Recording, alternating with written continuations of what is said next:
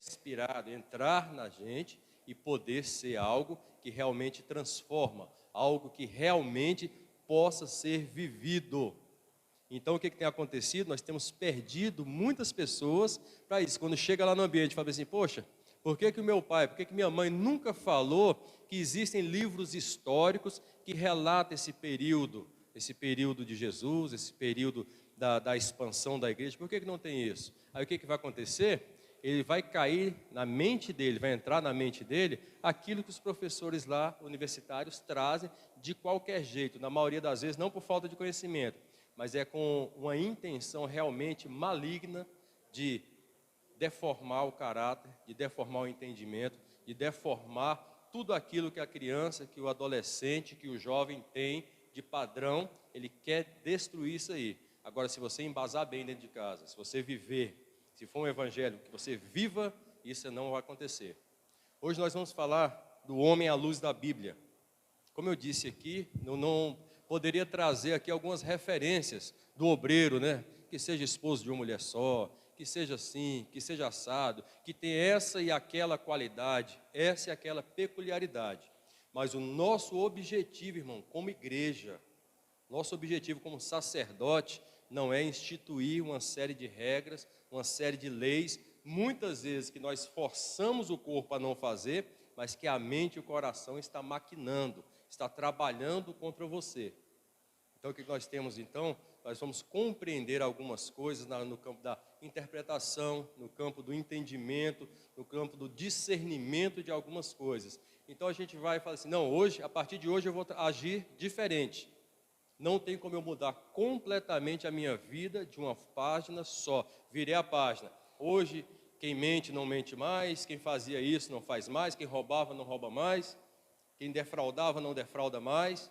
Não, isso é impossível você pegar e virar como uma única página. A gente tem que começar aos poucos, tirando. Você já enfiou a mão em algum espinheiro, naqueles cactos que tem milhares de espinhozinhos pequenos? Enfim, você tira todos os espinhos de uma vez só? Não. Você vai tirar um por um, devagar, com cuidado, observando se não ficou nenhum pedacinho para que não inflame. E é assim que nós vamos fazer na nossa caminhada cristã, retirando espinho por espinho, pedacinho que está incomodando por pedacinho que está incomodando. Está doendo demais? Respira, segura no Senhor e tira mais um pedacinho e vai devagar, mas tem que ser eficiente, tem que ser eficaz. Está dando um eco aqui. Então, o homem à luz da Bíblia. Isso aí é tema, irmão, não é para uma aula, 2, 10 ou 20, não. É tema para uma vida, né? Então, a gente é uma vida para vivermos, né? Para chegarmos a esse conhecimento do homem à luz da Bíblia.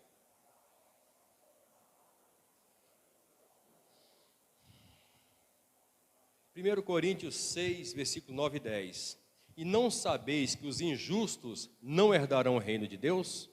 Não vos enganeis, nem os devassos, nem os idólatras, nem os adúlteros, nem os efeminados, nem os sodomitas, nem os ladrões, nem os avarentos, nem os bêbados, nem os maldizentes, nem os roubadores herdarão o reino de Deus. Então, quem não herdará o reino de Deus, irmão? Resumindo, os injustos não herdarão o reino de Deus. E para a gente entrar um pouquinho, né? O que é o reino de Deus? Só para a gente lembrar um pouquinho. O reino de Deus, a gente viu aqui na série de estudos ano passado, falamos um pouco sobre isso aqui. As autoridades do mundo chegarão lá e entregarão a Cristo as nações que eles governam. O reino de Deus, a gente tem que entender sempre, não consiste na terra, nós, humanos, subir, ascender aos céus. Não consiste nisso. O reino de Deus consiste em o reino dos céus descer para a terra. Nós vivenciarmos esse governo, essa experiência, essa expectativa aqui. Então, é uma transformação. E toda língua confessará que Yeshua, né, que o Senhor é Deus. Isso para a honra e glória do Senhor. E vai se cumprir ali o que? As Escrituras estão descritas desde o Antigo Testamento. Gente, para a gente entrar, eu vou pedir aqui agora um posicionamento individual. Para a gente entrar no estudo das classes de pecado e distorção moral, distorção psicológica e espiritual, citada por Paulo em 1 Coríntios, capítulo 6, ali, esse versículo 9 e 10, o que a gente tem? É uma carta que foi direcionada aos coríntios e também a nós. Para nós entrarmos mais a fundo nisso aí, nós temos que ter duas coisas importantes nesse momento, que nós temos que seguir, que nós temos que fazer. A primeira é despir, abrir mão do senso comum. O que é o senso comum, irmãos? Senso comum é uma maneira de pensar que a maioria das pessoas de um determinado grupo crê, acredita e tem como verdade. Então a gente tem que abrir mão do senso comum. E geralmente, irmãos, o senso comum, quando você confronta o senso comum com a ciência, confronta o senso comum com a verdade, seja ela bíblica, seja ela um senso comum de determinada população, ela vai provar que ela não é verdadeira, que ela não é correta. Isso via de regra, geralmente um senso comum traz parte de uma verdade, traz parte de conceitos, mas ela não é a verdade, ela não é o conceito correto. E outra coisa, irmãos, que nós temos que tomar muito cuidado nos dias de hoje, nós temos que fugir, sabe de quê? Do fast food do conhecimento, que é doutor Google, doutor YouTube, doutor isso, doutor aquilo. Por quê, irmãos? Nós temos que saber quais são as fontes que nós vamos beber. Então, quando você chega em determinado local, você vê uma poça d'água, você vai lá direto, bota a mão na água e já bebe? Não, porque você tem todo um cuidado para quê? Para não se contaminar, para não ficar doente. A gente tem esse cuidado com a água, né? Não, tem que beber uma água potável, uma água mineral, uma água, né, tratada. Mas já viu que nós muitas vezes não temos esse cuidado com relação à palavra, com zelo com relação à palavra? Nós temos que ter esse cuidado com esse fast food do conhecimento que está sendo jogado por aí, irmãos. Tem doutor de divindade de tudo que é jeito aí, tem mestres, tem pastores. Irmãos, cuidado com aquilo que você bebe. Sempre você pensa, olha, raciocina, traz e vai atrás de pesquisadores sérios, de pessoas sérias, de instituições sérias, para ver se realmente aquilo ali condiz com a verdade. Então, para iniciar qualquer pesquisa, a gente tem que primeiro o quê? Identificar, isolar, determinar qual é o problema, o que nós vamos verificar. E nós vamos isolar e entender ali em 1 Coríntios 6, versículo 9 e 10. E vamos sempre atentar, irmãos, para a forma correta. Irmão, tem uma coisa que é muito séria hoje, é que você já viu que está cheio de visões que vêm só para um indivíduo? Então está ali, tem uma palavra, tem ali um texto bíblico, tem algo ali, aí daqui a pouco chega um camarada, um iluminado, e fala, não, esse conceito mudou porque eu tive uma revelação, uma visão assim, tive uma visão daquele jeito, e muda totalmente aquilo ali. Vamos tomar cuidado também com esse tipo. Então vamos sempre observar as regras para uma pesquisa séria, observar as versões, vamos pesquisar. Na multidão de conselhos se encontra a sabedoria. A multidão de conselhos muitas vezes está nas pesquisas. Você pega um material aqui, pega um material ali. Tem uma Bíblia King's, ela é uma de concordância. Ela é muito legal, ela é lá de 1890. E as pessoas que estavam, o grupo de pesquisa que estava lá nos anos 1800, lá um grupo muito sério, um grupo realmente selecionado, seleto. Mas tem coisas que foram traduzidas naquele tempo já, que já deturpavam do original. Por quê? Por falta de conhecimento técnico, por falta de uma forma mais abrangente de pesquisa. Então eles fizeram aquela concordância baseado no conhecimento de época, baseado naquilo que eles tinham naquele momento, que era um material de primeira qualidade, de primeira categoria, coisas boas. Mas ela saiu com alguns erros. Mas se alguém perguntar, até hoje uma referência de concordância é essa Bíblia King's. Então você vê lá, ela tem sim, ela é fantástica, mas ela traz erros de traduções originais bem grotescos, bem grosseiros. Mas vamos para frente aí.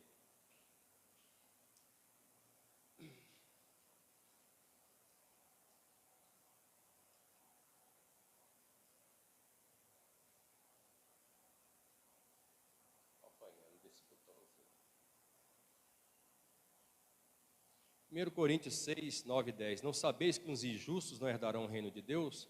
Não vos enganeis, nem os devassos, nem os idólatras, nem os adúlteros, nem os efeminados, nem os sodomitas, nem os ladrões, nem os avarentos, nem os bêbados, nem os maldizentes, nem os roubadores herdarão o reino de Deus. Na aula de hoje, para encontrar quem é o homem à luz da Bíblia, nós estudaremos a respeito de uma palavra que foi traduzida nas principais versões mundiais como efeminados ou afeminados, e que hoje é utilizada, irmão, fora de contexto, para justificar, para argumentar, para deturpar e para embasar igrejas ditas como igrejas inclusivas. Então a palavra, o termo é malakóis. A linguística, irmão, é o termo, é o campo da ciência que estuda, né, o desenvolvimento da linguagem, desde o início lá, quando os homens começaram a se agrupar, conversar, trocar palavras, trocar ideias por sinais, por códigos, até ela revela então que a língua, ela sofre constantemente uma evolução e ela não é estática. Hoje, se você pegar as suas conversas no WhatsApp, você vai ver um monte de palavras, elas, né, VC, PQ e por aí vai, várias, né, palavras que vão se modificando na forma de escrever e tudo, e está constantemente na nossa linguagem cotidiana. Não é o erudito, não é o correto para se escrever numa faculdade, para se escrever na escola, mas a gente usa no nosso dia a dia. Isso se chama evolução, transformação. E as línguas, tanto faladas quanto escritas, elas tiveram uma expansão e abrangência dentro do respectivo lado, das suas pátrias, das etnias, quanto fora dessa, pela expansão das conquistas e pelo tanto conquistadores quanto conquistados, eles misturaram as suas línguas. Então, se a gente pegar o nosso português hoje, você vai ver que quem chegou de fora, os europeus que chegaram espanhóis, chegaram portugueses, chegaram vários outros, mais nossos indígenas que já estavam aqui, o povo tupi, mais outras etnias de indígenas que estavam aqui, mais várias etnias que chegaram da África, e hoje a nossa palavra, nós conversamos português, né? A gente fala aqui um português, que o pessoal fala, não, é um português abrasileirado. É uma mistura de vários idiomas, de várias etnias, que culminou na linguagem moderna que nós temos hoje. Então, para o lado você vai para o Ceará ali, muitas vezes fala assim, fulano fala errado, fala barrer, né? Eu vou barrer o chão, vassoura, né? Aí a gente fala, nossa, o camarada fala errado demais. Aquilo ali, irmão, é uma carga hereditária que vai passando de família em família, por causa dos espanhóis que ficaram colônias espanholas ali. Então, até hoje, você chega lá no Nordeste, em alguns pontos, o pessoal fala, vou barrer a casa, fala vassoura, e fala outras palavras, e fala assim, nossa, mas fala errado demais. Não, é só uma carga cultural que ele tem, que veio na hereditariedade, veio naqueles locais ali. Então, se o dono da terra falava barrer, por que o empregado não iria falar também barrer? Se ele falava vassoura, por que ele também não vai falar vassoura? E por aí vai várias outras palavras. Então, a gente entende que uma única expressão de uma determinada língua, ela sofre modificações tanto de entendimento quanto de tempo. Então, uma palavra que era utilizada anos atrás, que poderia ser pejorativa, você pega ela hoje e ela tem um significado novo, certo? Então tá, pessoal. Por que está enrolando tanto para entrar nesse tema, nessa palavra? Porque primeiro, irmão, a gente tem que dissociar a palavra da nossa cultura hoje, do nosso momento agora, e entender o contexto em que ela foi falada, para quem ela foi escrita, para quem ela foi lida naquele momento ali. A gente tem que ter esse entendimento, tem que ter essa paciência, a gente tem que ter realmente um trabalho maior nesse momento de interpretar alguma coisa. Irmão, nós temos que viver, nós não temos apenas que conhecer, temos que vivenciar a experiência.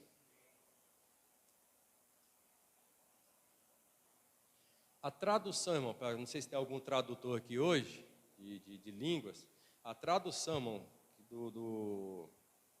da linguagem, de uma língua para outra, de figura de linguagem, de expressões idiomáticas, de metáforas, ela, quando você vai traduzir, isso aí é uma pedra no sapato do tradutor. Então, você pode chegar para qualquer tradutor experiente e perguntar para ele, e figura de linguagem, E metáforas, como é que é dito isso aí?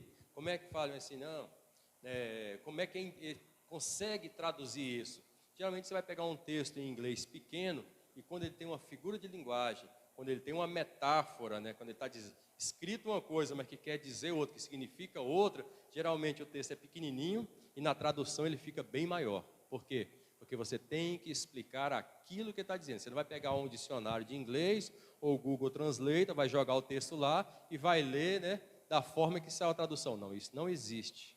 Você tem que entender o que está sendo dito lá, o que está escrito lá, para você poder transmitir a mensagem para a pessoa. Então, essas figuras de linguagem, elas são muito complicadas. Alguns termos, algumas coisas que para a gente tem significado, lá não tem.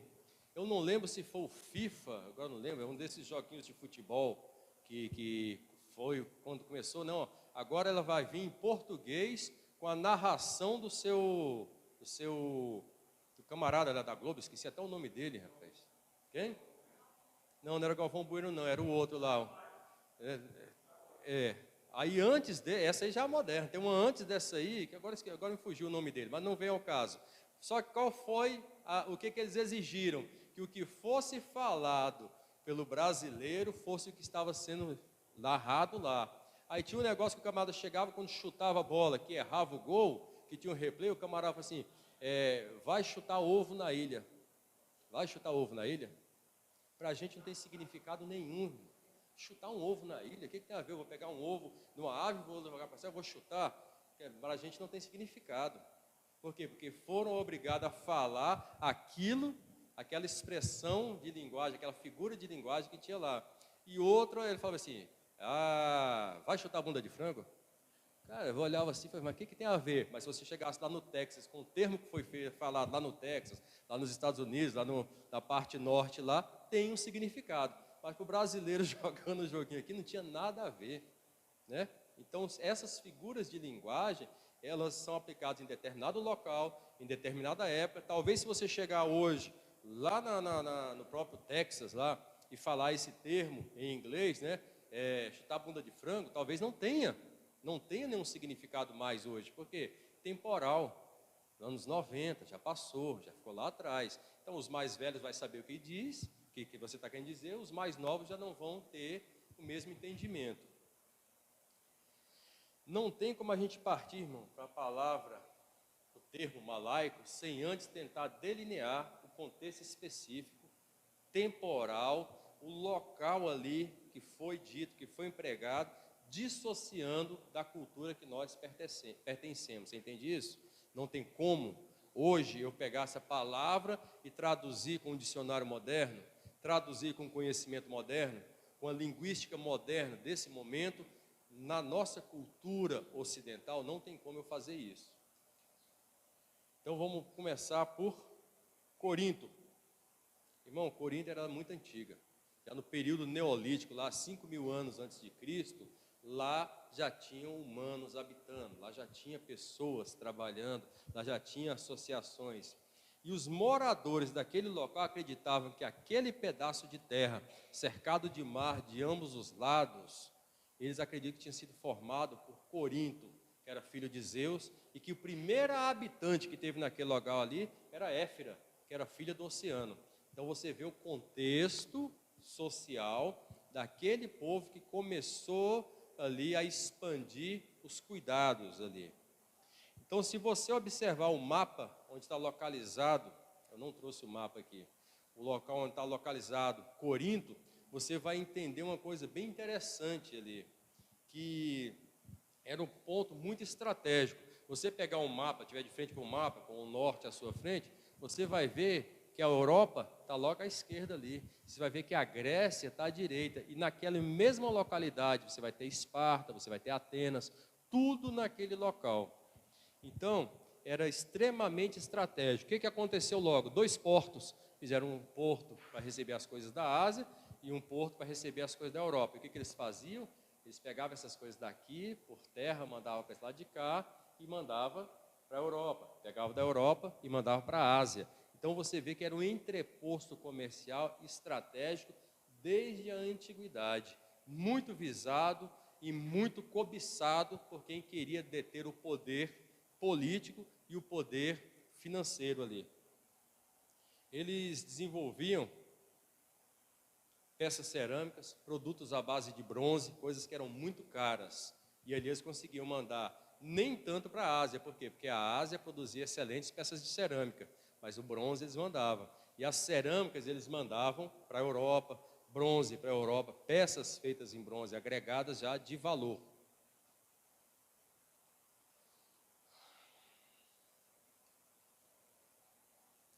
Gente, é interessante a resistência bélica que esse local tinha. Quando a gente fala em guerra, né? A gente fala em luta, quando a gente fala de greco-romano, fala de Atenas, a gente já vem logo o quê? Guerreiro de Esparta, né? Eles resistiram até os espartanos. Os espartanos não conseguiram vencer as barreiras dele.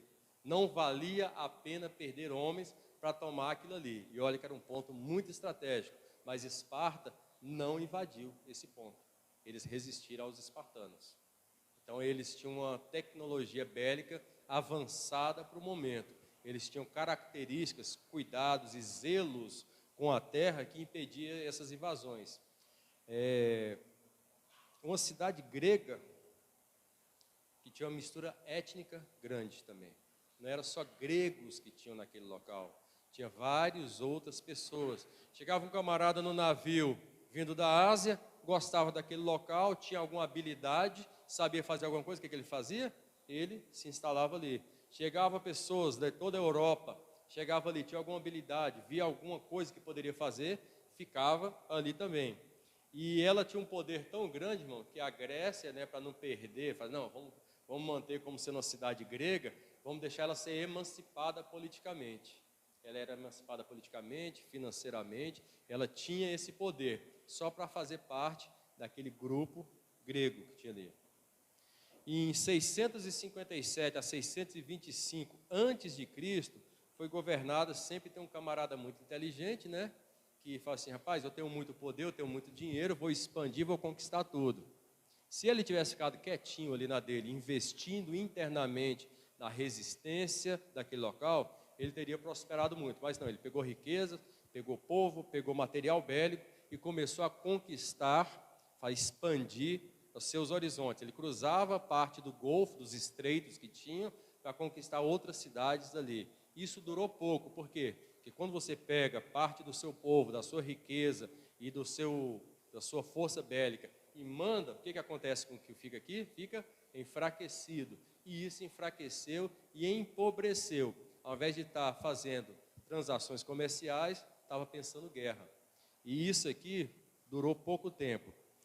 2 templos tinham lá nesse local. Eu acho que a pilha aqui está fraca. Passa, por favor, aí, Júnior. Aí, tá bom. É o templo de Afrodite e o templo de Apolo. Lembra lá da formação da cidade?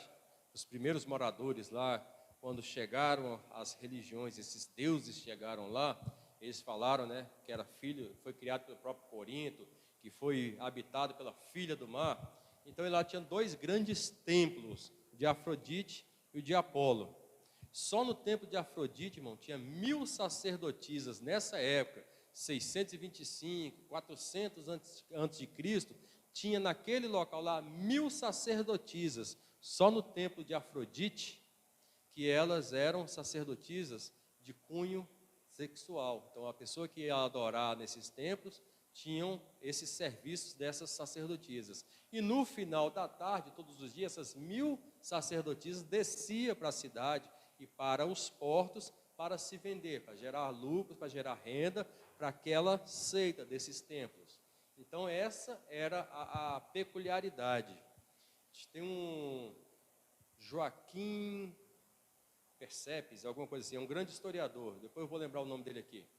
Ele tem uma peculiaridade que ele falava que era interessante, né? Que eles desenvolveram até nessa época as cidades, né? do gregas, as cidades ali, os humanos que habitavam ali a Europa, fala assim, tinha um verbo que eles desenvolveram que chamava corintiar, transliterando para o português. Não, vamos corintiar.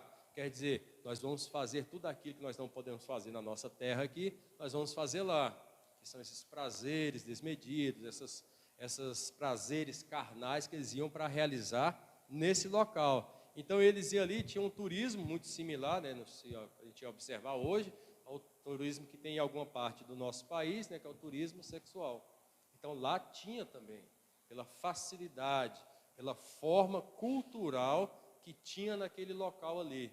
Então a gente vê que existia ali uma situação muito complicada nesse campo moral, nesse campo familiar.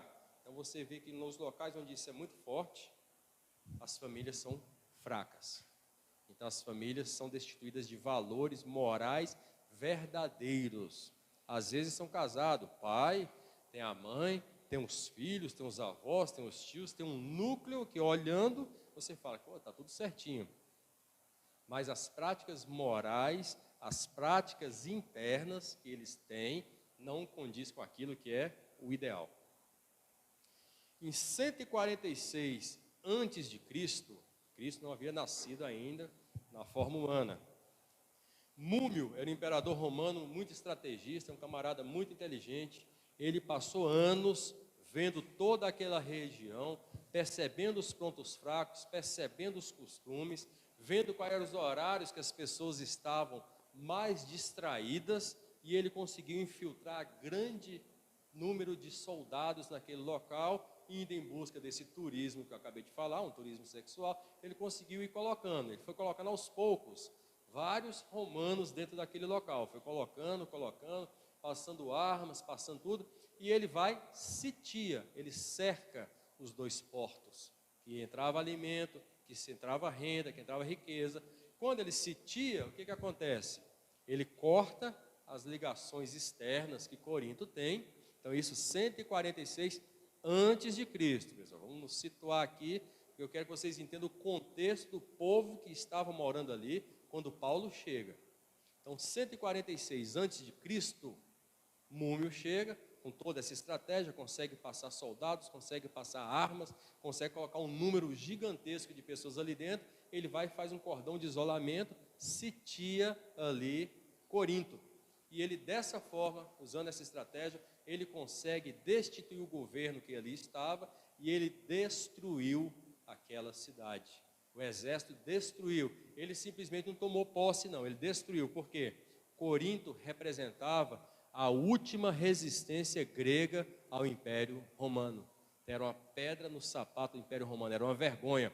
Vários generais foram destruídos, perderam ali a guerra, perderam ali a moral, perderam a possibilidade de serem promovidos em Roma, porque não conseguia conquistar aquele pedaço. E Múmio, o imperador, com toda uma estratégia, com todo um trabalho de campo, com toda uma situação, ele conseguiu.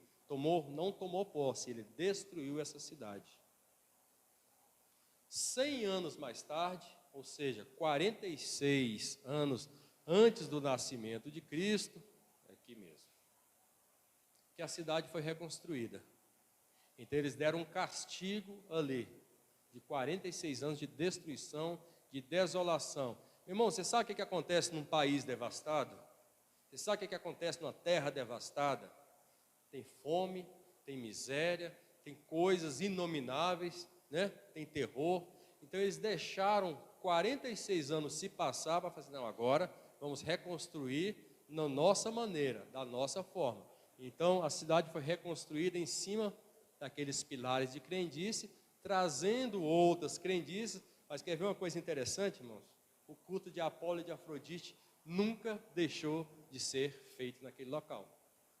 O turismo sexual nunca deixou de ser feito naquele local. Não existia um nome, não existia um governo local, não existia nada, existia um local destruído. Mas que esse turismo continuou, os portos funcionavam precariamente, não tinha mais estrutura de comércio, mas funcionava ainda para vir ladrões, para vir pessoas se esconder, para vir negócios escusos, esse tipo de situação.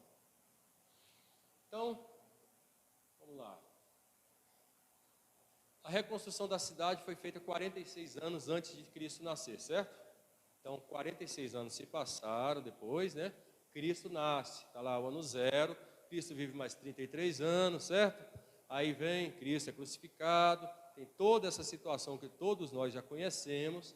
Saulo de Tarso lidera a primeira grande perseguição que teve, organizada, estatal, a perseguição estatal foi liderada por Saulo de Tarso, e ele ali tem um encontro com Deus, ele se converte, vira o maior pregador para não-judeus daquela época, que o maior pregador para judeus que teve foi Pedro, que tinha ali, ele foi considerado, né, o maior pregador, mas Paulo, ele foi considerado o maior pregador para povos não-judeus, para povos bárbaros, para povos que não tinham a linhagem judaica.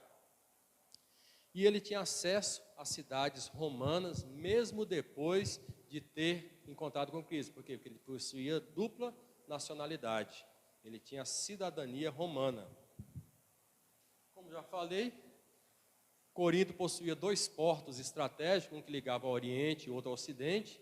Ele recebe e distribui mercadorias. Nesse momento que ele é construído, ele vira ali para Roma um ponto estratégico importantíssimo. Passou aquele castigo todo, foi reconstruído, e ali vira um ponto comercial novamente igual era mais na antiguidade. Então recebe material do Oriente e manda para a Europa, recebe da Europa e manda para o Oriente, e ali, aquele empório comercial tinha 800 mil moradores naquele local. Só para a gente ter uma ideia aqui, que é interessante, só para conhecimento, Joaquim Jeremias, que é o historiador, ele tem uma obra, Jerusalém no Templo de Jesus. Sabe quantos moradores tinham dentro dos muros? Tinha em torno de 20 mil dentro dos muros. Olha lá tinha 800 mil moradores. Dentro de Jerusalém, dos muros, tinha 20 mil. E ao redor, que vivia ali, ao lado de fora ali, né, das marcas, dos limites, tinha entre 5 mil e 10 mil. Ou seja, tinha no máximo 30 mil moradores naquela região que circundava Jerusalém. Corinto, com seus 800 mil habitantes fixos, era frequentado por muitos milhares de outros comerciantes, por homens de negócio, foragidos da justiça, por quem queria se esconder, por aventureiro, milhares de homens em busca de prazeres sexuais, que esse tipo de turismo era muito forte lá, tanto que eu falei assim, foi o próprio Joaquim ali que ele trouxe, né, esse historiador, ele trouxe que existia um termo chamado corintiar, né, traduzindo para o português, que era justamente em busca desse tipo de turismo, em busca desses prazeres fora das amarras sociais, e também mulheres em busca de amparo. Muitas vezes as viúvas, as mulheres que ficavam órfãos, não tinham para onde recorrer, ela corria para essa cidade, era levada para aquele porto, e ali geralmente ela era recrutada para ser sacerdotisa, e homens também eram chamados para serem sacerdotes, para servirem também as pessoas que ali buscavam. Nos vilarejos que tinham ao redor ali, nas invasões, nos degredos, que eram formados por pequenos e grandes espaços para bebedeira, para orgias, para essas coisas, o culto a esses deuses, às vezes, era uma desculpa. A pessoa, às vezes, não era realmente, ela não cultuava aqueles deuses, mas estava ali para servir daqueles favores. Então, muitos homens e mulheres, né, já falamos isso aí, eram arregimentados para ser sacerdotes e sacerdotisas. Ofereciam-se no templo e no final da tarde, como eu disse, descia para os portos e para as cidades, para o baixo meretrício ali, oferecer seus serviços, seus corpos ali para gerar riquezas, rendas que eram levadas de volta ao templo. Então, irmãos, vamos agora. Esse é o local onde Paulo chega. Um local que foi fundado em cima de bases, né, religiosas estranhas, um local que sofreu agressões, que sofreu resistência, que tinha uma cultura muito peculiar para aquele tempo, costumes distorcidos, fama que atraía cada dia pessoas que, ao se deparar com aquela cidade de prazeres e degenerações, mudavam a forma de pensar, mudavam a vida, e quando entrava em contato com aquele ambiente, ele tinha uma degeneração e transformação do pensar que o afastava dos conceitos básicos de família. Logo no início que eu estava falando aqui, eu falei que nós, como igreja, no decorrer dos anos, perdemos muitos jovens, muitos adolescentes e crianças, porque quando ele tem contato com algumas informações que muitas vezes a gente restringe, a gente não vive, ele tem contato lá fora, ele degenera a forma de pensar e tem desconstruído todas as suas bases familiares. Isso aqui acontecia com muitas pessoas que eu visitar aquele local. Chegava ali e falava assim, eu vou ficar aqui mesmo. Sumia, né? Era aquela, né, ditado que tinha no Brasil, né? Não, cadê teu pai? Não, meu pai foi comprar cigarro e não voltou mais, né? Tinha esse detalhe. Não, cadê fulano? Não, tinha uma piada, né? Fulano foi comprar cigarro. Ou seja, sumiu no mundo, desapareceu. Muitas pessoas chegavam ali e ficavam ali, não voltavam para os seus lares, não voltavam para as suas casas e ficavam com aquele costume como sendo algo bom. E Paulo, ele escreve a uma parcela desse povo. Que parcela desse povo que ele está escrevendo naquele momento? Que está falando diretamente naquele momento? Pessoas que tiveram contato com o Evangelho, pessoas que se converteram, pessoas que foram batizadas, mas voltavam a essas origens distorcidas, continuavam com costumes e perspectivas mundanas, costumes e perspectivas daquela localidade, que eram adequados, né? Eles viviam a realidade daquilo ali. Então, como eu falei, irmão, quando você enfia a mão num espinheiro, que vem vários espinhos na tua mão, você não consegue tirar todos de uma vez, você tem que tirar pouco a pouco, né? Eles não, eles continuavam com esses espinhos ali, eles continuavam com esses hábitos ruins e perniciosos. Vamos lá, 1 Coríntios 6, versículo 9 e 10, depois que a gente teve toda essa viagem, né, viajamos lá no tempo e no espaço ali, agora vamos chegar à frase, o que Paulo fala para aquele povo e fala para nós hoje, uma palavra viva que se renova, né, a cada manhã, assim como as misericórdias do Senhor. Não sabei que os injustos o pastor Átila falou aqui, irmãos, aqueles que não foram justificados e transformados pelo sacrifício de Cristo na cruz, não herdarão o reino de Deus. Injustos não herdam o reino de Deus, não tem como, por mais que ele tenha boas obras, por mais que ele seja bonzinho, por mais que ele seja certo dentro das leis humanas, se ele não teve encontro com Cristo, se ele não foi justificado e transformado e regenerado, não herdará o reino de Deus. Não vamos nos iludir. Já vi pessoas aí renomadas falando, nós vamos nos surpreender com pessoas que nunca sequer falaram de Cristo, vão estar no céu. Irmão, não estará. A palavra é clara. Não herdarão o reino de Deus. Pode ser bonzinho, pode ser a pessoa melhor moralmente, culturalmente, socialmente, se ele não teve um encontro com Cristo, não foi regenerado, não herdará o reino de Deus e ponto. Não vos enganei, nem os devassos, está lá em vermelho, quem são os devassos? São mesmo que carnais, concupiscentes, devassados, lascivos, libertinos, sensuais no sentido pejorativo da palavra. Nem os idólatras precisa falar, irmãos, né? Nem os adúlteros, não preciso falar também quem são os adúlteros, nem os efeminados, que são os malacóis, efeminado ou afeminado, dá na mesma, viu, irmão? São as duas grafias, estão corretas.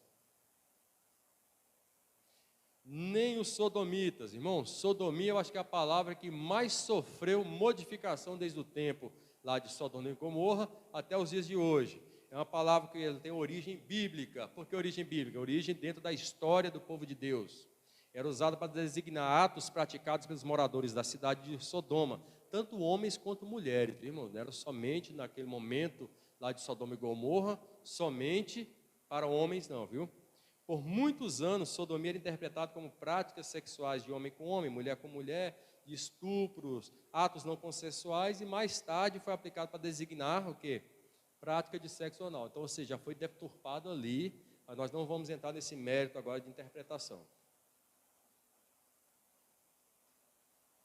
Bom, duas palavras também que tem aqui que o pessoal fala que repete, que é ladrão e roubadores. Vamos lá, é diferente, irmão.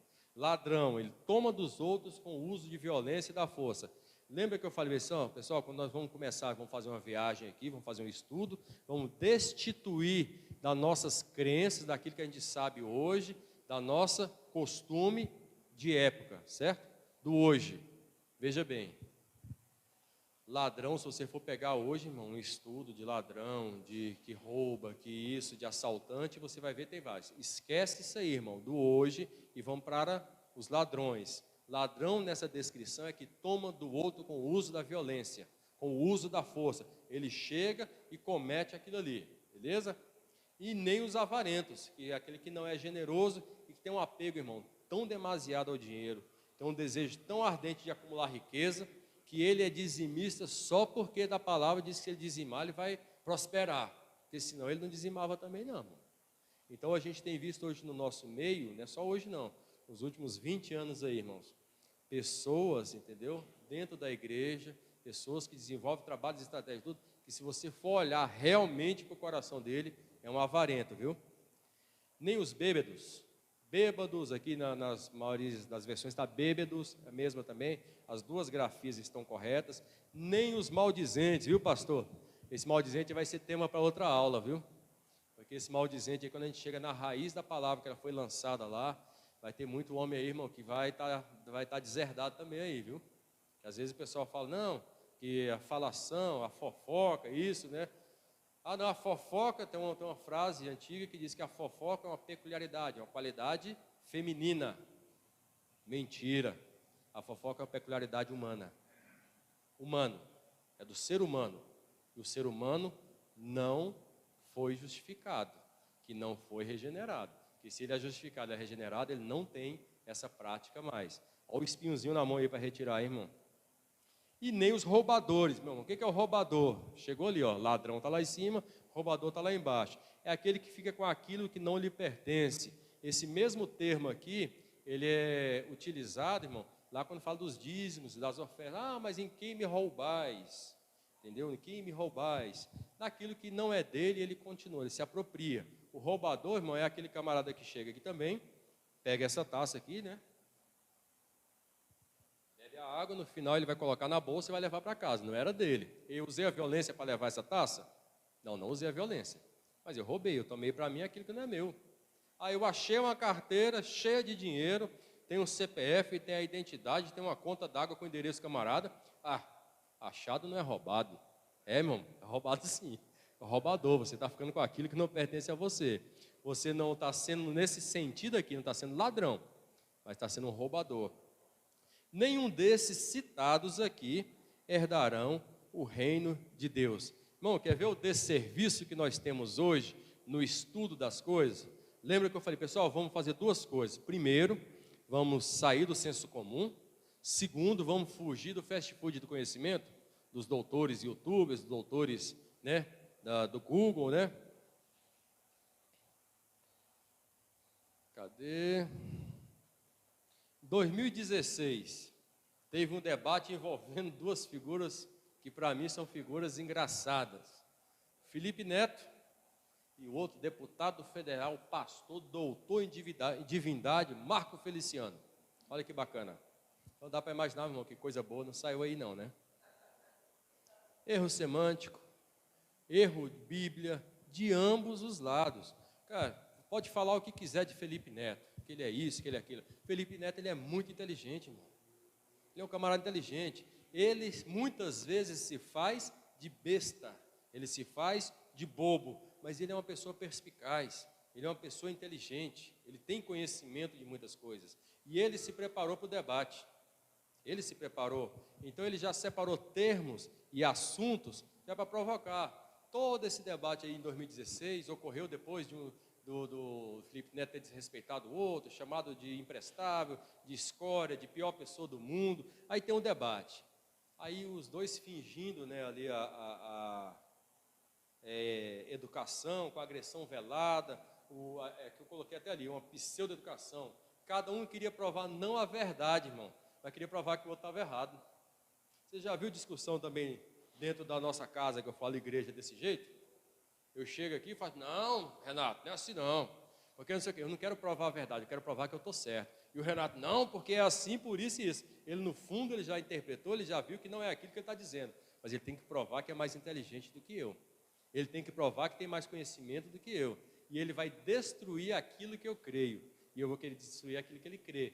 E a gente fica no embate, com a pseudo-educação sempre, irmão, não esquece disso.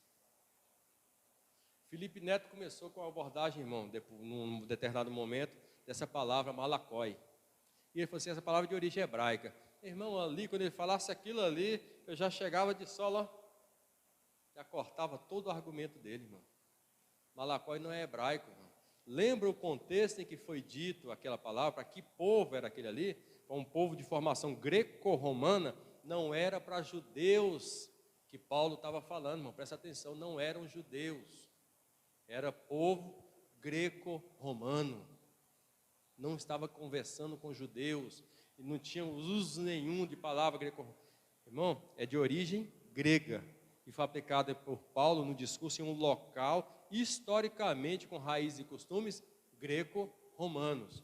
Pronto, você já quebrava ele ali e tudo. Mas a agonia dele de provar que o outro estava errado e ele querendo provar, passou batido isso aí, irmão. Não sei se por desconhecimento, não sei se com agonia demais para falar que o outro estava errado, e por aí vai. Irmão, a pior coisa que tem para um cristão, eu vou ser muito sincero com você, é um filho seu chegar para você, ou filho mesmo biológico, ou um filho na fé chegar e perguntar, mas por quê? Você, porque sim, porque é. Não, porque está escrito assim. Não, porque lá está escrito desse jeito. Ser uma pessoa simplória na resposta, ser uma pessoa rasa, superficial na resposta. Vou repetir de novo, por que que nós como igreja perdemos muitos jovens para a academia? Porque somos simplórios, que somos rasos nas nossas respostas. Jesus, o Evangelho, meu irmão, é simples, é uma coisa clara, é uma coisa transparente. Mas tem respostas que para você dar, irmão, você tem que gastar tempo com o seu filho, seja seu filho biológico, seja seu filho na fé, irmão. Nós fomos chamados para ser pais de nações. Pai, onde você chegar, irmão, você tem que se comportar como pai. Eu costumo falar, eu tenho muito filho, muito mais velho do que eu, com muito mais cabelo branco do que eu, com cargos que quando eu estava trabalhando, mais elevados que o meu, mas eram meus filhos, e eu o tratava como filhos, eu zelava como filhos, e corrigia como filhos. Então, irmão, tenha essa perspicácia, homens, tenha essa percepção, você é chamado para ser espelho de Deus na terra, você é chamado para ser homem conforme o coração de Deus, não conforme a violência. É o camarada que sai com muitas mulheres, camarada que fala grosso, camarada que dá pancada em todo mundo. Não, irmão, isso aí não é homem, não. Isso aí pode ser o violento, pode ser o Brutus do Popeye, pode ser qualquer coisa lá. Não é homem, não. Você tem que ser o espelho de Deus dentro da sua casa e sobre essa terra. Enquanto você respirar, você é espelho de Deus. Vamos continuar aqui. Vamos deixar esses dois indivíduos aqui com a sapiência deles para lá e vamos partir. Malacói, na época mais moderna, hoje, ele é traduzido como o quê, irmão? Macio, suave, gentil. Tem um dicionário que traz aí, falando assim, um homem com trejeitos efeminados. Tem outro que fala, um homem com traços femininos. Irmãos, estou falando disso hoje, certo? Então, se você sair daqui, ou você abrir seu celular, vou pesquisar o que é isso aí. Vai sair macio, suave, trejeitos femininos, catamito. O que é um catamito? Camarada que busca rapazinhos para estar com ele, e por aí vai. Irmão, estamos falando da versão moderna da palavra. Irmão, eu fiquei muito triste que eu vi uma pesquisa da PUC do Rio Grande do Sul, né, da Pontífice Universidade Católica, lá no Rio Grande do Sul, uma linguista, não vou citar o nome dela, que não convém, uma linguista respeitada, renomada em todo o mundo da língua portuguesa, que participou da reforma da língua portuguesa. Ela aceitou um trabalho com essa palavra, usando uma terminologia adotada depois de 1500 depois de Cristo, irmão. E ela acatou. Aí eu fiquei falando assim, estou aqui com a minha quarta série fraca, estou vendo que o camarada aqui teve uma pesquisa errada, fez um trabalho raso, um trabalho fraco, e ela acatou, e o camarada foi aprovado, espanta-se, irmão, com louvor. Você acha que isso aí foi porque ela passou desapercebido? Você acha que é porque ela não atentou para as regras que o trabalho deveria ser feito? Não, irmão, sabe o que é isso aí?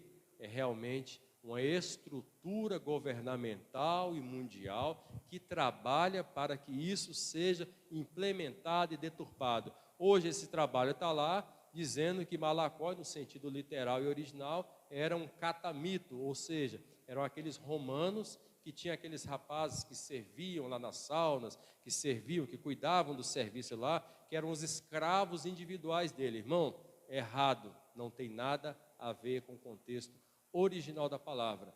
Então, é uma pessoa que eu respeito demais como linguista, mas ela agiu de má fé, viu, irmão? Isso aí é ação de má fé. Paulo, meu irmão, naquele momento lá, vamos agora para a nossa aplicação prática dessa palavra aí. Os efeminados, que na tradução efeminados, esquece tudo que você conhece por efeminado hoje, por afeminado hoje. Limpa a sua mente disso aí. Esquece. Não é trejeito feminino, não é tracinho delicado, não é um homem com rostinho angelical, com tracinhos. Não, irmão, não é. Davi era um guerreiro brabo, irmão, bruto. Era um camarada ruivo, irmão, de traços delicados, de olhos bonitos. Era um homem que olhava para ele, era um homem bonito, mas ele não tinha nada de malacói, nada. Ele era um camarada, irmão, que tinha ele lutava ali impelido pelo Espírito de Deus, na força ali, em nome de Deus, ele lutava ali, não tinha ninguém igual a ele, que se igualava a ele, na espada. E o que a gente vê aqui? Paulo direcionou essa palavra aos homens maridos que não assumiram a responsabilidade sacerdotal dentro do seu lar. A família se converteu. Pô, bacana, a família se converteu, tá? Mas eu vou ficar aqui em casa bebendo, eu vou ficar aqui em casa e minha esposa sai para trabalhar. Ela trabalha e traz o sustento para dentro de casa. Eu estou aqui. Então ele estava falando com o quê? Com homens que não assumiram a sua responsabilidade, com homens que deixaram que a mulher assumisse o papel de decisão, o papel de provisão, o papel que é integralmente do homem, irmão. Não se iluda. Irmão, veja bem aqui. Eu admiro muito quando um casal trabalha num só propósito. Aí o homem fala bem assim, não, eu vou segurar as pontas trabalhando enquanto você estuda, enquanto você se prepara para tal certame, para tal passar em alguma coisa, para conquistar alguma coisa. E o homem segura as pontas muitas vezes no lar ou muitas vezes trabalhando. E intercalam esses tempos. E depois a mulher vai e estuda. Então eu acho isso, eu admiro demais. Propósito de vida, missão de vida. Eu admiro muito. Então não confunda um período da sua vida com isso que eu estou dizendo aqui agora. Mas, irmão, aprenda a decidir as coisas. Aprenda a discernir as coisas.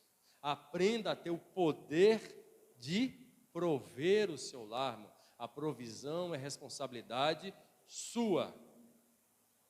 Responsabilidade do homem.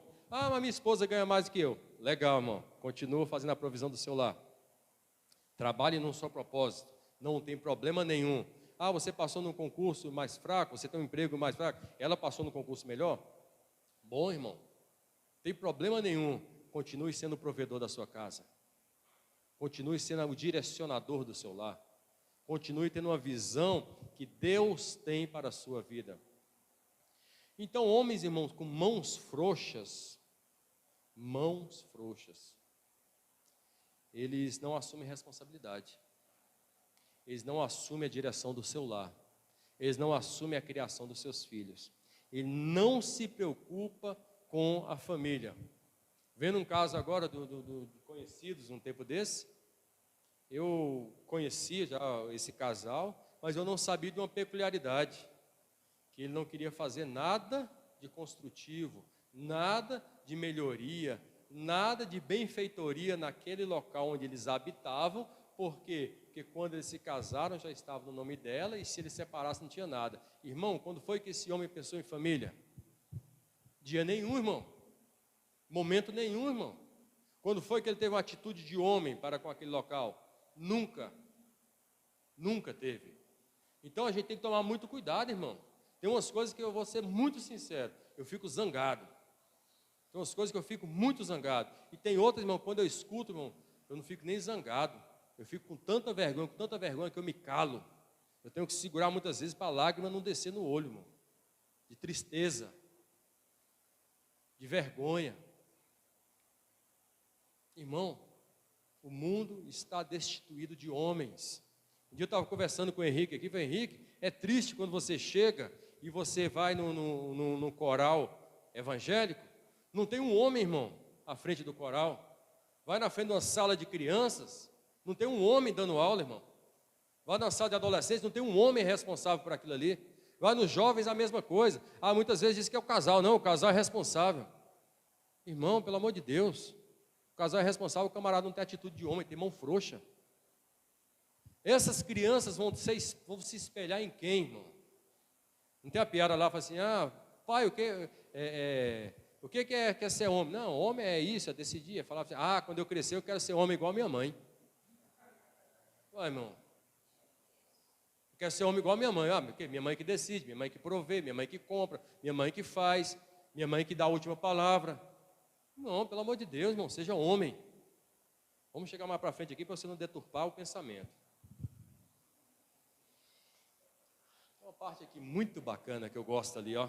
Geralmente, o pastor Átila sabe disso aí, profundamente. Pastor, vamos aconselhar um casal. Qual a primeira reclamação do homem? Eu não sou autoridade. Minha esposa não se submete a mim. É ou não é? A mulher se submeter ao marido, irmão, sabe o que é? É a mulher se submeter à missão do seu marido. Submeter à missão do seu marido. O problema, sabe o que é hoje, irmão? Os homens não são homens. Eles não se reconhecem em Deus. Os homens não carregam uma missão.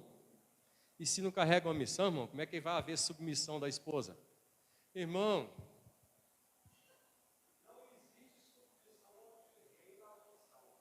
não tem como. Não tem como, irmão. Mas ela não se submete. Irmão, vai se submeter a quê? Você é um cego perdido no escuro, no tiroteio. No meio do abismo, arrastando a família. Está arrastando a família. Não, tem que submeter a mim. Irmão, você não sabe nem quem você é em Cristo. Você não sabe nem quem você é em Deus. E você quer ser respeitado. Você quer ser seguido. Irmão, não vou falar dos outros, não. Vou falar de mim. Quando eu sei o que eu quero, quando eu sei o que eu estou fazendo, quando eu estou num propósito, a Suzana me segue sem perguntar nada. Agora, quando eu não sei o meu propósito, quando eu não sei, ela vai perguntar, mas por quê? Mas quando? Mas de que jeito? Mas não sei o que lá, mas não sei o que. Se eu não sei para onde está indo, irmão, como é que ela vai me seguir? Se eu não sei quem eu sou em Deus, como é que ela vai me ouvir?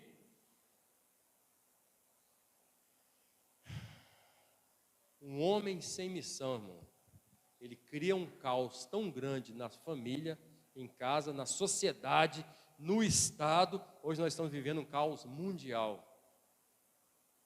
Nós temos, irmão, várias europeias, irmão. E se você pegar a revista, vamos pegar essas revistas mais, comunzinha. Pega uma revista Veja, pega uma revista dessa época, mais desses anos 80, anos 90, e pesquisa lá quantas vezes saiu o tema de mulheres que saíram lá da Europa para se casar com homens aqui no Brasil. E sabe quem são os homens, irmão? São os intelectuais, não, irmão. É o pescador, é o lavrador, é o carregador de peso. Sabe por quê? Está cansada de homens, irmãos, efeminados, tanto no sentido lá onde Paulo falou, homens frouxos que não têm decisão, que não têm provisão, como dos homens efeminados hoje do momento.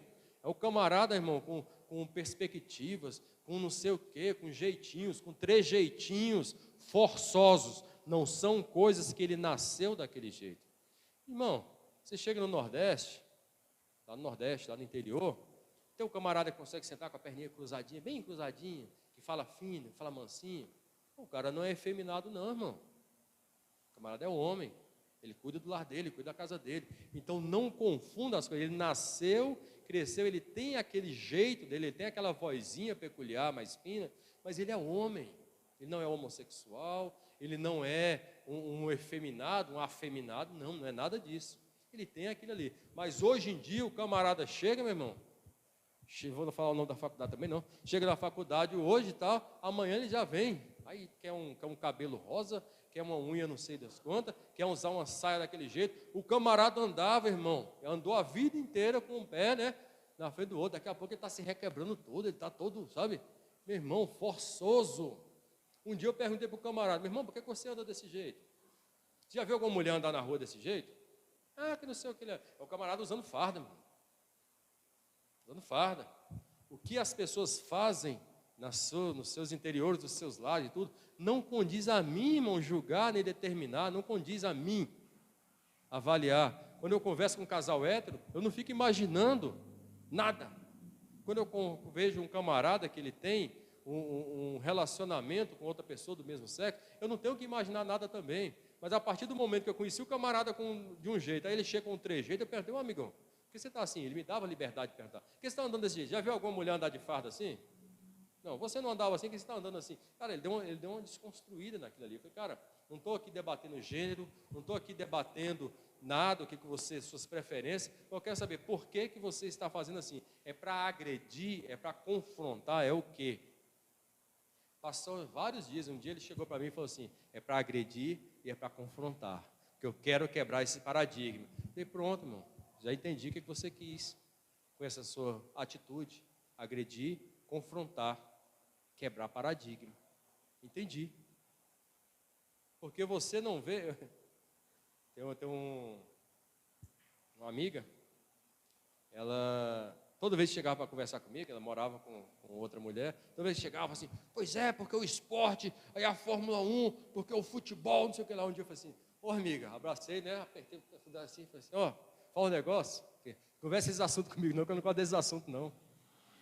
Eu não converso, não assisto Fórmula 1, eu não acompanho o Campeonato Brasileiro, eu pode conversar qualquer outra coisa, negócio, conversar de carro, não, conversa outra coisa, vamos conversar de comida, vamos conversar do dia a dia, vamos perguntar, vai chover hoje? Né, quando a gente não tem nenhum assunto, né, o pessoal para perto do outro, parece que vai chover, né, então, o sol está matando, conversa outra coisa, vamos conversar amenidades, ou seja, é um estereótipo machista que não existe, que não condiz, irmão. Você não vê isso no dia a dia. Voltando aqui, irmão, o homem que não é justo, o homem que não tem uma missão, ele que causa o caos hoje, irmão. Ele não é honesto, ele não é completo, ele não sabe quem ele é uma pessoa perdida, ele tem um vazio existencial, fica inventando um monte de coisinha para preencher esse vazio. E o que acontece com a mulher? Ela tem que carregar essa missão que é do homem. Isso é comum, irmão, hoje. O problema mais grave que nós temos hoje na sociedade, irmão, não está ligado à política governamental. Não, o governo A destruiu a família. O governo A fez isso, fez aquilo. Anos de destruição moral, de lavagem cerebral nas academias. Irmão, esse não é o nosso problema mais grave, não, irmão. O problema não está na tecnologia. O problema não está no feminismo, não está no partidarismo de direita ou de esquerda, não está nisso aí não, irmão. O maior problema que o mundo enfrenta hoje, irmão, é você homem, nascido no sexo masculino, que esqueceu o que é ser homem. O problema é você homem, sou eu homem, que muitas vezes abro mão daquilo que é entregue, do governo que é entregue em minhas mãos. Nós temos que tomar muito cuidado com isso.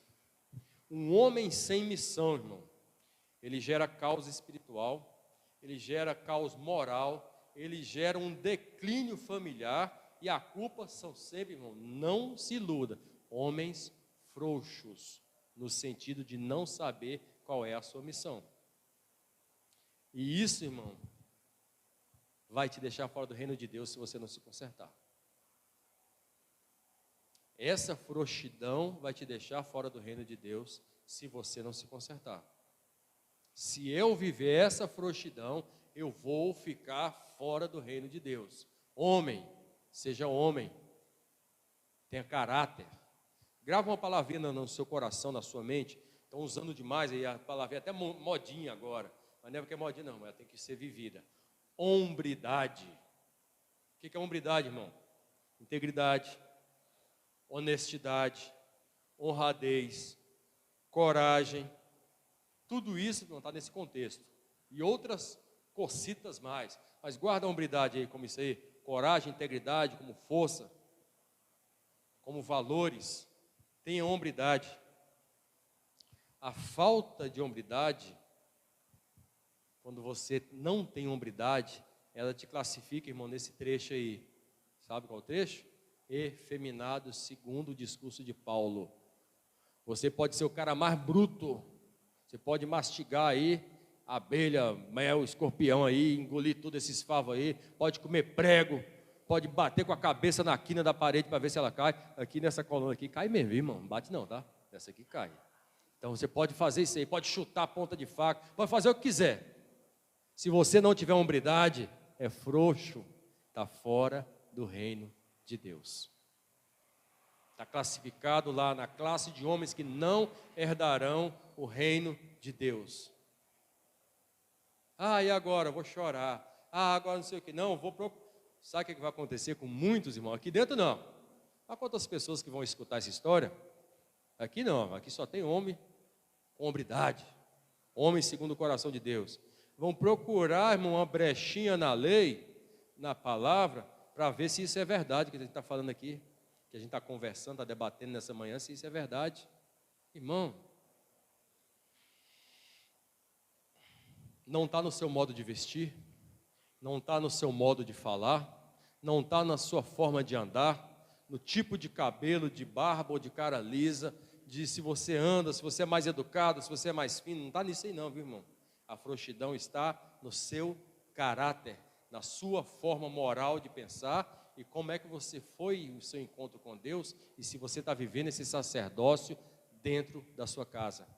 Então, irmão, seja fitness, seja elegante, seja refinado, seja requintado, seja, irmão, o que você quiser, desde que você tenha hombridade, desde que você tenha essa força nas suas mãos, que você saiba quem você é em Deus. Irmão, pode cuidar da sua saúde, da sua beleza, do seu cabelo, da sua pele. Não quero envelhecer, não quero ficar careca. Bacana. Ensina a receita depois, né? Para não ficar velho, né? Pois é, irmão. Mas não perca a hombridade, não. Não deixe de ser o espelho de Deus sobre a terra. Nunca perca qual é a sua missão. Se você não está encontrando sua missão, irmão, vai para o secreto no Senhor. Procura homens mais experientes, vai conversar com esses homens. Sabe qual é o problema do menino que é frouxo? O menino que eu estou falando, irmão, é o menino de 30 anos, de 40 anos. Sabe qual é o problema dele? Ele procura outros meninos para se associar. Ele não procura homens para conversar. Procura menino para se associar. Quer ficar com mimimi, com conversinha, com coisinha, com outros meninos. Aí já viu vocês já conheceram a roda teológica de menino? É aquela que o pessoal, cada um chega, né, com o ego maior do que o outro, com assuntos, né, mais épicos que o outro, e começa com aquela conversinha que não leva a nada, que não tem uma verdade prática, que não tem um conhecimento prático. Irmão, não me vê, irmão, com metáfora, com palavrinha, porque a matemática, a numerologia, segundo a Bíblia, a numerologia judaica. Irmão, não me vem com esse papinho para cá, não. Eu quero saber, como é que eu vivo isso? Como é que eu vivo isso aí, irmão? Tem aplicação prática? Não tem aplicação prática? Não. Pode ir para lá, irmão. Não vou gastar meu tempo. Se não tiver aplicação prática para a minha vida, para a minha casa, para a minha família, eu não quero saber. Não quero perder tempo com isso. É a mesma coisa, vou dar um exemplo aqui para os irmãos. Você não gosta de cachorro, irmão? Gosto de cachorro. Acho um animal muito bacana, mas não quero perder nem um segundo da minha vida criando cachorro, irmão. Gastando tempo com o cachorro. Por quê? Eu decidi que não quero gastar meu tempo com isso. Entendeu? Dando atenção, dando cuidado, dando dinheiro, cuidando daquilo ali. Irmão, é uma vida que está ali. Porque você não gosta de animal. Gosto, irmão. Gosto. Gosto demais de animal. Gosto de ver animal na vida selvagem. Gosto de ver animal bem cuidado. Gosto de ver um animal treinado. Gosto, mas não quero gastar meu tempo. A mesma coisa, irmão, evitei as vãs discussões que não nos levam a nada. É a mesma coisa. Eu gosto do assunto. Gosto, meu irmão, gosto do assunto. Mas não vou gastar meu tempo provando se o Marlon está certo ou se eu estou certo. Se o Marlon está errado ou se eu estou errado. Não vou gastar meu tempo com isso. Não, nós vamos conversar, nós vamos rir, vamos continuar amigos do mesmo jeito. Irmão, no Nordeste, não sei se vocês acompanharam, irmão, 4 anos atrás, o pastor que esfaqueou o outro, do mesmo ministério, discutindo teologia, irmão. Eu falei bem assim, rapaz, só queria saber uma coisa, pastor Átila, que assunto era esse que estava discutindo, viu? Esse assunto devia ser bom, viu? Devia ser um assunto quente. O camarada deu uma facada no outro.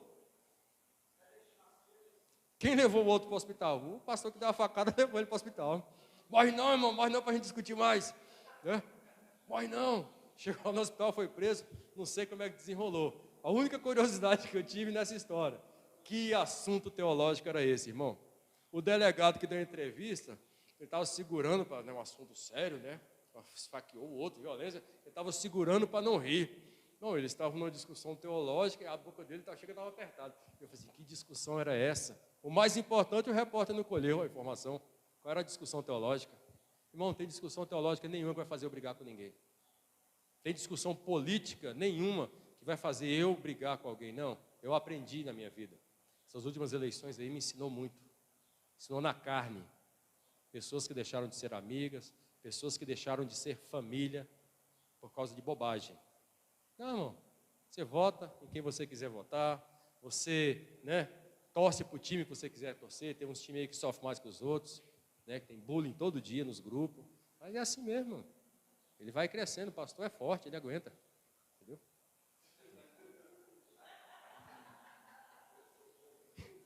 Pastor, teve que relaxar um pouquinho, que o negócio aqui estava suando já, viu? Mostre, irmão, que você conhece o Evangelho. Mostre que você crê na salvação. Mostre para os seus filhos, mostre para a sua esposa, mostre para todos aqueles. Não é ficar, irmão, com o megafone parado no meio da curva ali, não, falando não. É mostrar, é viver, é vivenciar. Que você carrega uma missão, irmão.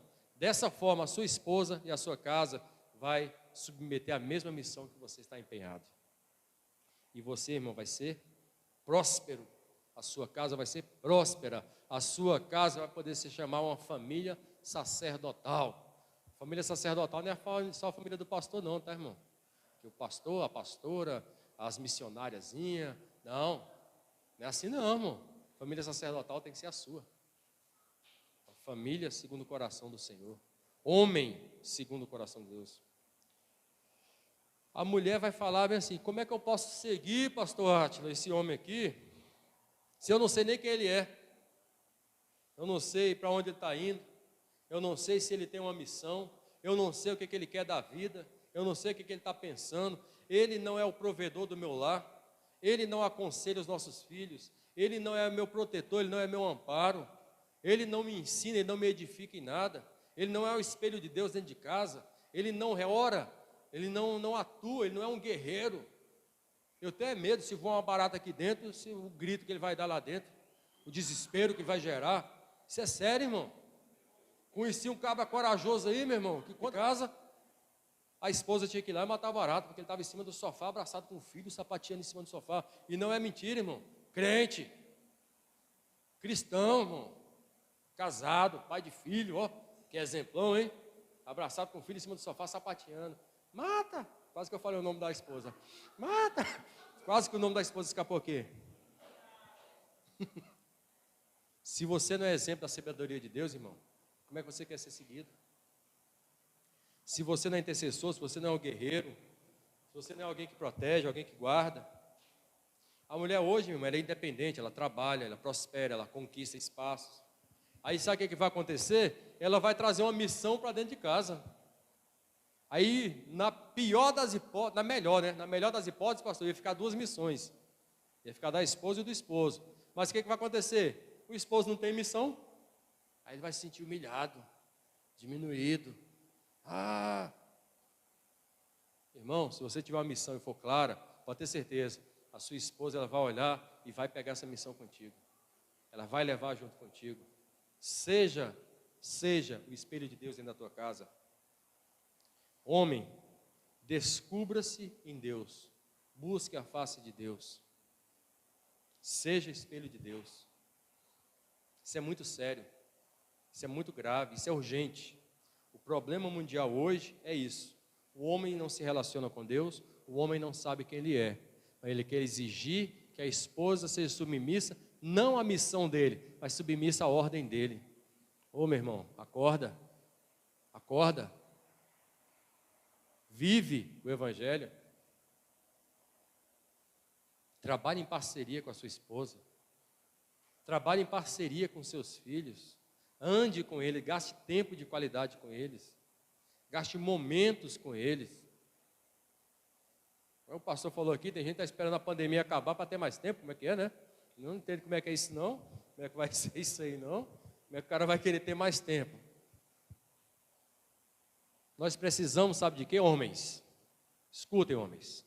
Nós precisamos de mulheres geradas nesse ambiente de homens que sabem qual é a sua missão. As mulheres têm que ser geradas nesse ambiente, porque quando ela estiver crescendo, quando ela estiver mocinha, quando ela já estiver dentro das conquistas dela, ela vai procurar quem?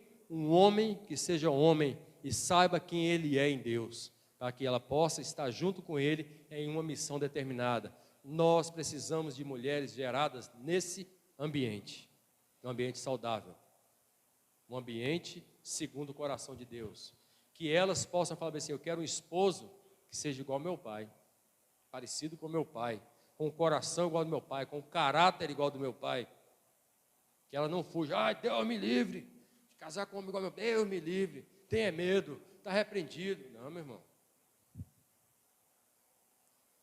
Você quer exercer um sacerdócio? Isso aqui vai para homens, mulheres, crianças. Pode ser um sacerdócio que for em qualquer área, irmão. Na música, no louvor, né? Na pregação, no evangelismo, na visita, na área social, qualquer área, qualquer ministério, irmão, na sua casa. Exerça primeiramente seu ministério dentro do seu lar, em sua vida, no seu interior. Ninguém, irmão, isso é ninguém, vai impactar as nações se antes não viver essa mudança dentro do seu coração, não viver isso dentro do seu lar. O que eu tenho hoje, irmãos, é homens, sejam homens de verdade, saiba qual é a sua missão, saiba qual é o seu propósito, direcione a sua casa, direcione a sua família. Tem uma frase que eu gosto muito que diz o seguinte: uma família onde o marido e a esposa seguem no mesmo propósito, eu sempre falo, a lei é do homem, mas o explicar essa lei é da esposa, é da mulher. Por quê, irmão? Porque o homem, ele tem que conhecer de Bíblia, irmão, tem que conhecer de palavra, não é uma lei qualquer que eu inventei. Não, a partir de hoje, só quem come a coxa do frango sou eu. Não é essa lei não, viu, irmão? Não é essa lei não, não é a lei da coxa do frango não, é a lei da palavra. O homem diz, vamos por aqui. O filho, a filha sapateia. A mãe chega e explica. O seu pai diz que vamos por aqui, filho? Por isso, por isso, por isso, por isso. Ah, por quê? Tem homens, irmãos, que têm mais habilidade para explicarem as coisas.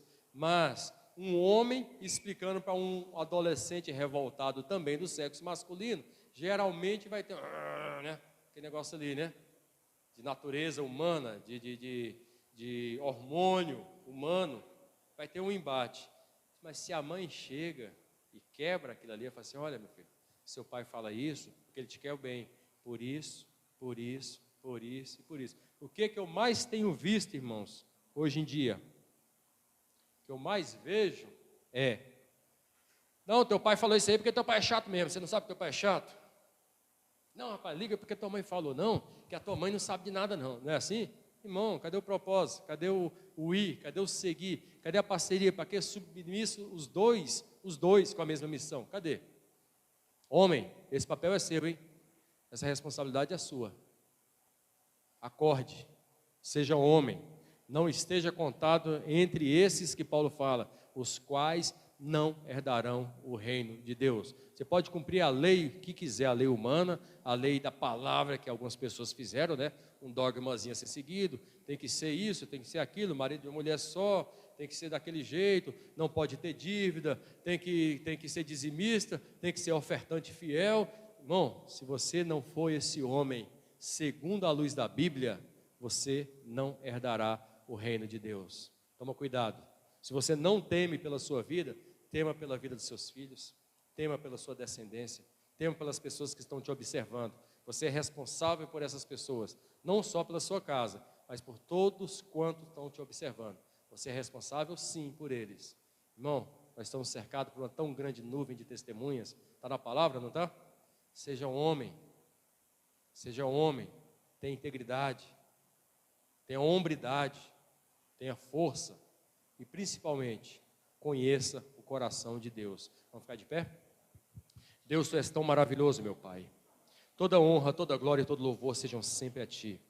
Eu creio, Pai, que a Tua palavra transforma, que a Tua palavra renova, que a Tua palavra muda histórias e perspectivas. E eu creio, Pai, que nós estamos sendo mudados, que eu estou sendo mudado nesse dia.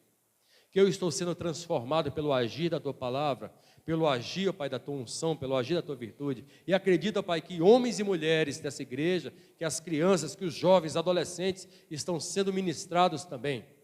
Que sejam, Pai, mulheres segundo o Teu coração.